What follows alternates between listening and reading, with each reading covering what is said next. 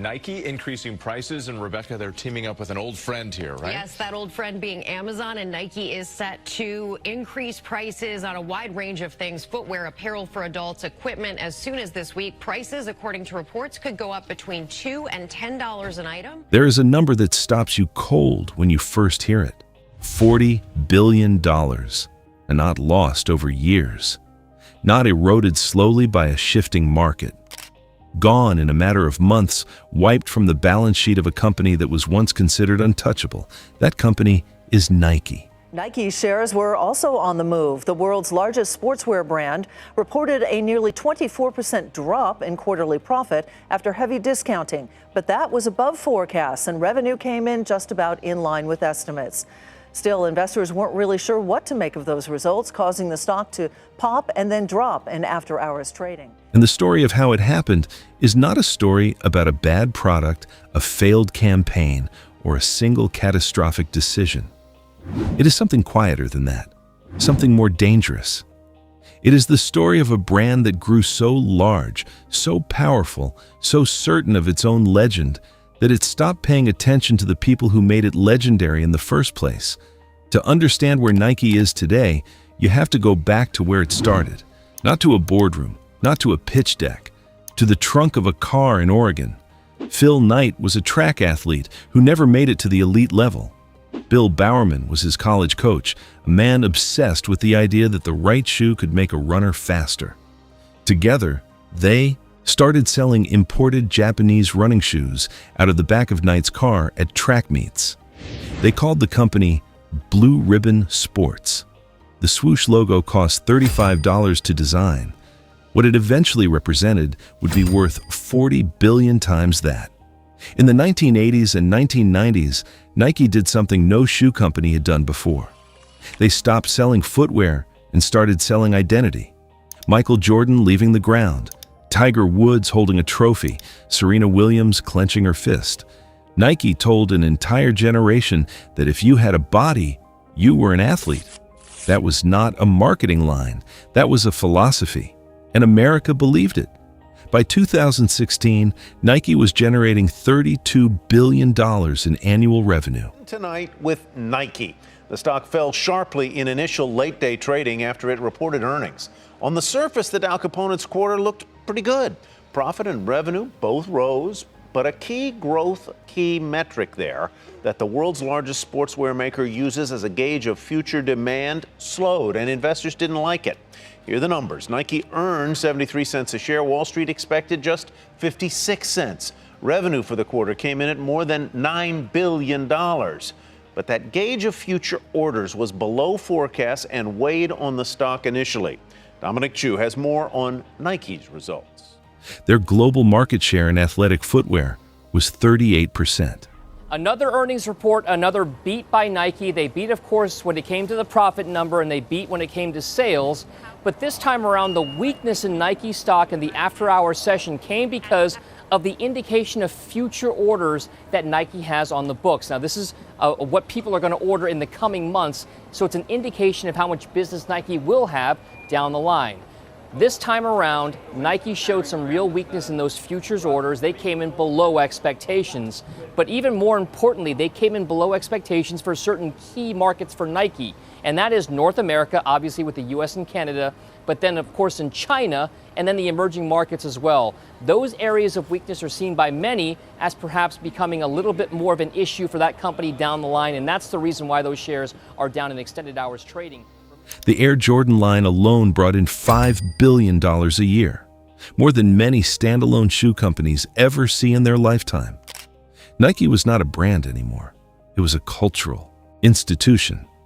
If you subscribe to channels that break down exactly how companies like Nike built empires and how they lost them, now is a good time to hit subscribe.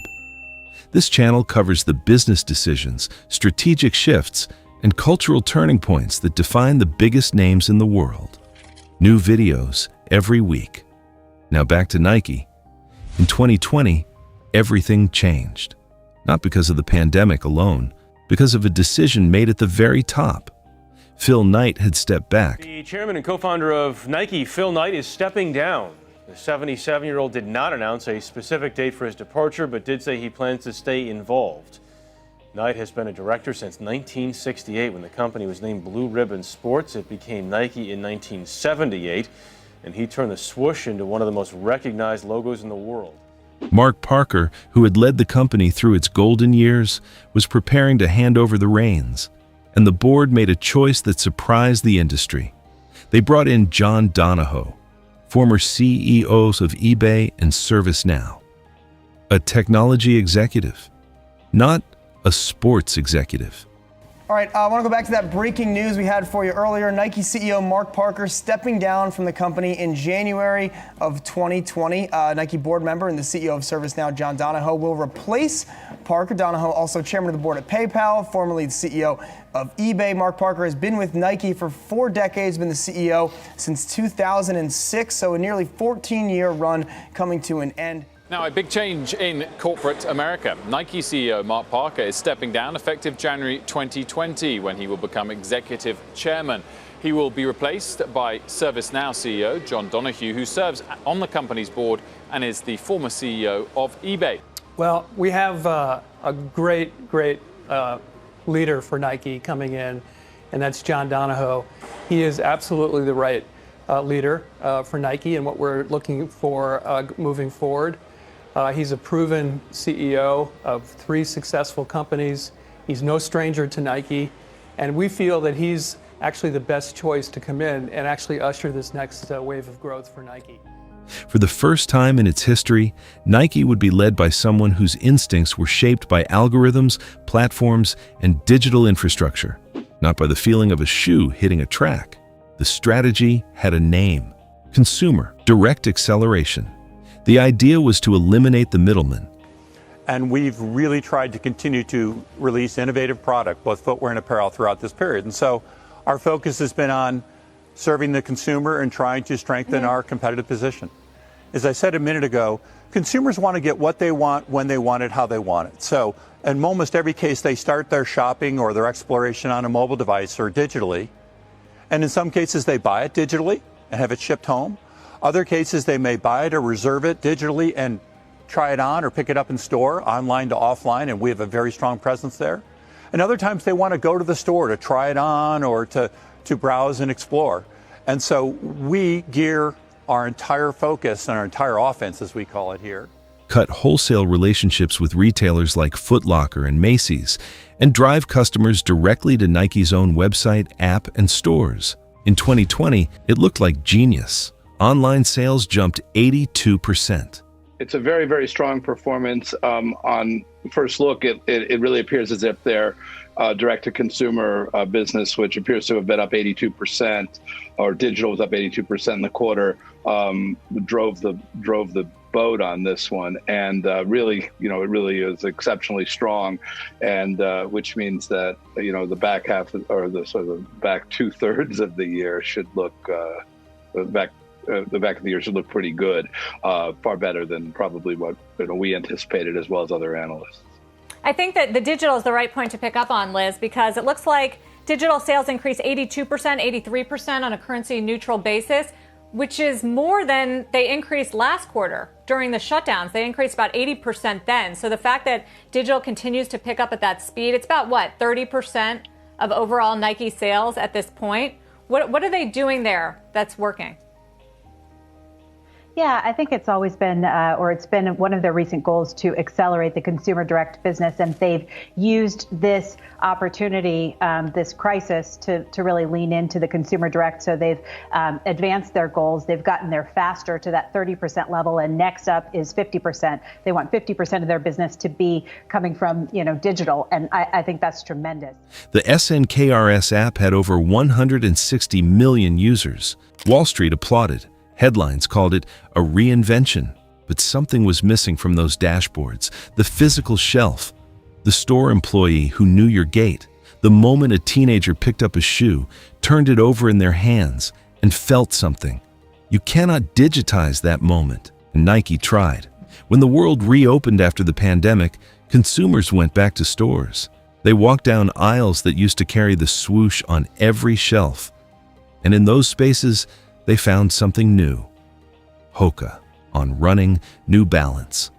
Brands that had been quiet for years, brands that Nike had never considered serious competition, were now occupying the floor, space that Nike had voluntarily surrendered. The inventory numbers told the story with brutal honesty. By late 2022, Nike was sitting on $9.7 billion worth of unsold product, nearly 100 million pairs of shoes that nobody had bought. Warehouses stacked floor to ceiling with boxes bearing the most recognizable logo in sports. The stock dropped 20% in a single day, $40 billion in market value. Gone. More than 500 employees were let go as part of a cost-cutting restructuring. Another CNBC exclusive retail reporter, Gabby Font-Rouge, has a new story right now on CNBC.com about Nike and how it is laying off some management, a story that you will only hear here. Gabby, welcome. What have you found out? So what we found out today is that Nike is laying off less than 1% of its corporate staff. Nike has about 77,000 employees worldwide, but a lot of those people are part-time store employees, so we don't know the exact number of people that are going to be impacted. But this isn't so much of a cost-cutting, restructuring thing. This is more about CEO Elliott Hill's efforts to realign the business. Get to some breaking news. Does not have to do with the storm, but it does have to do with a big company here in Memphis. One of Memphis' largest employers just announcing it's laying off 775 employees, in Tennessee and Mississippi. In a statement to ABC 24, the company wrote, "We are sharpening our supply chain footprint, accelerating the use of advanced technology and automation, and investing in these skills for our teams that they will need for the future." The images that circulated online, those warehouse floors covered in unworn Nikes, became a symbol of something deeper than overstock. They became a symbol of a company that had miscalculated what its customers actually wanted. But the financial damage was only part of the problem. Something harder to measure was also happening. Trust was eroding. On forums and comment sections, a pattern emerged. People who had worn Nike their entire lives were describing a brand they no longer recognized. Shoes that used to last 5 years were falling apart in 5 months. Price points that once felt aspirational now felt unjustified. The emotional connection that had defined the brand for 4 decades was quietly disappearing.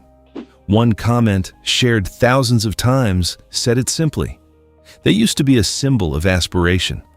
Now they are just a symbol of marketing. That is the kind of shift that no quarterly report can fully capture. Nike had spent years optimizing for clicks, conversion rates, and digital engagement. In doing so, they had slowly drifted away from the sports communities that gave the brand its meaning. Running clubs, youth leagues. The people who wore Nikes, not because of an ad, but because they genuinely believed the product made them better. By 2024, the numbers had turned against Nike in almost every direction. First quarter sales were down 8%, the worst performance in 2 decades. Yeah, I think the numbers were just okay. The revenue beat that came in was entirely driven by promotions in North America. So they're discounting to sell, and that's something we don't want to see. And as you mentioned earlier, the inventories are up about 45% year over year, 15% quarter over quarter. That's too high, especially in an environment where they've already been discounting. They should have cleared a lot of it out by now, and they haven't. Hoka and On Running were both posting double-digit growth every quarter. A survey showed that only 38% of young Americans still considered Nike an admirable brand, the lowest figure recorded in 20 years.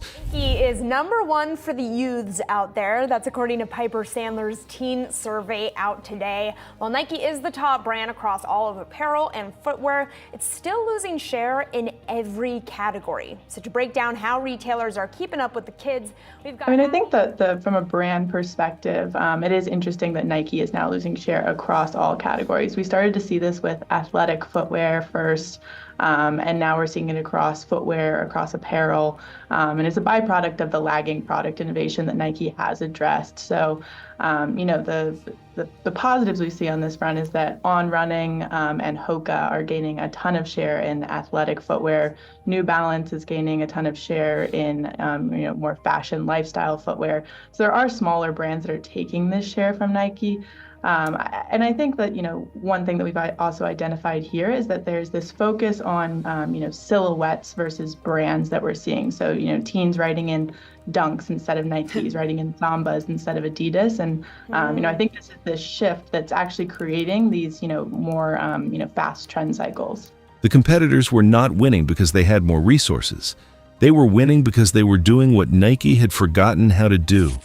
They were running alongside their customers instead of analyzing them from a distance. And then there was the discounting problem. For decades, Nike had maintained a carefully controlled sense of scarcity. Limited releases, exclusive drops. The SNKRS app built entire rituals around the idea that not everyone could get what they wanted, that scarcity created desire. But when $9.7 billion in inventory needs to move, scarcity becomes impossible to maintain. Outlet stores that once carried only previous seasons began receiving current product. 50% off signs appeared under the swoosh. The shoes that were once the object of overnight campouts were now available at clearance prices in strip mall stores. When your product is everywhere, it is no longer a dream. It is just inventory. A former Nike marketing director put it plainly. Force 1, the shoe that once defined streetwear, now only survives on new colorways. The cultural losses compounded the financial ones. Tiger Woods, after 27 years, parted ways with Nike. Tiger Woods has announced the end of his 27-year partnership with Nike. This remarkable journey began with a groundbreaking $40 million contract, heralding one of the most lucrative endorsement deals in sports history. Over the years, Woods and Nike forged a bond that went beyond mere sponsorship. It was a symbol of excellence and innovation. Nike, in a heartfelt social media post, celebrated this journey with Woods.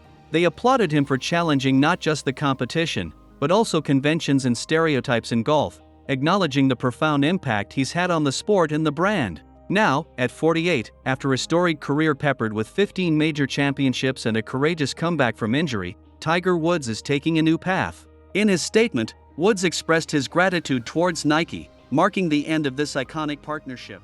Serena Williams stepped away from the game. An iconic athlete announces that she is getting ready to say farewell to professional tennis. Today, Serena Williams posted this striking cover shot on Instagram for the upcoming September issue of Vogue, where she details her plans. Otis Livingston here now with more on her announcement and her immeasurable impact on the game. Oh, that's right. Christina Maurice will truly be an end of an era. The most dominant tennis player in history, Serena Williams, will move into the next phase of her life after this month's U.S. Open, where she's won a record 6 singles titles.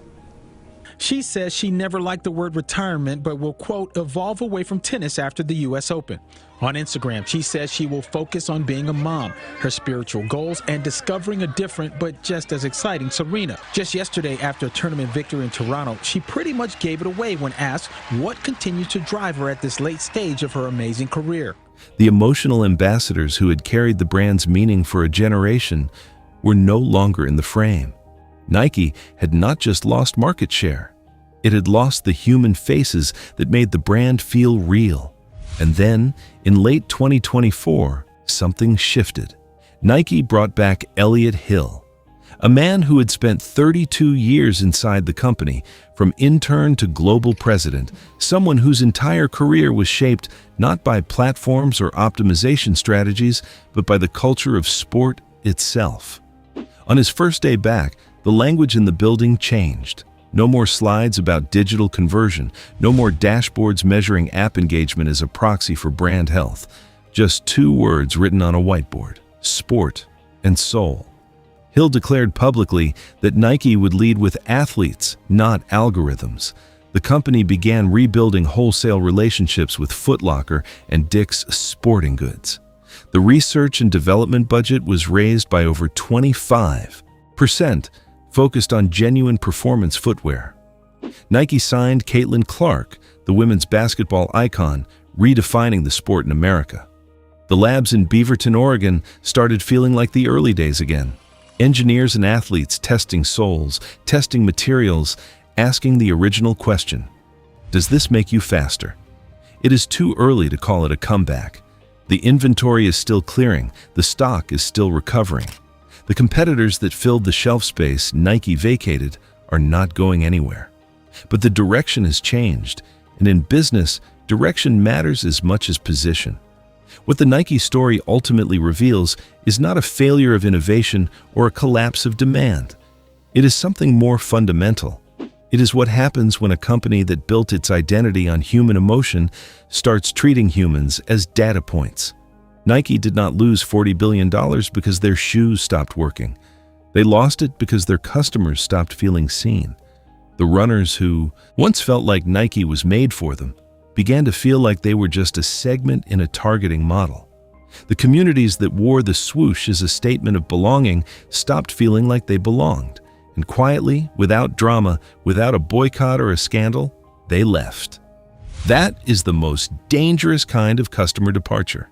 The kind where no one shouts, they just stop showing up. Every brand, every company, every institution that grows large enough will eventually face the same temptation to optimize, to systematize, to replace the messy, unmeasurable thing called trust with something cleaner and easier to report on a slide. Nike gave in to that temptation, and it cost them $40 billion. But what makes this story worth telling is not the fall. It is the recognition. Somewhere inside those long corridors in Beaverton, someone asked the right question again. Not, how do we grow?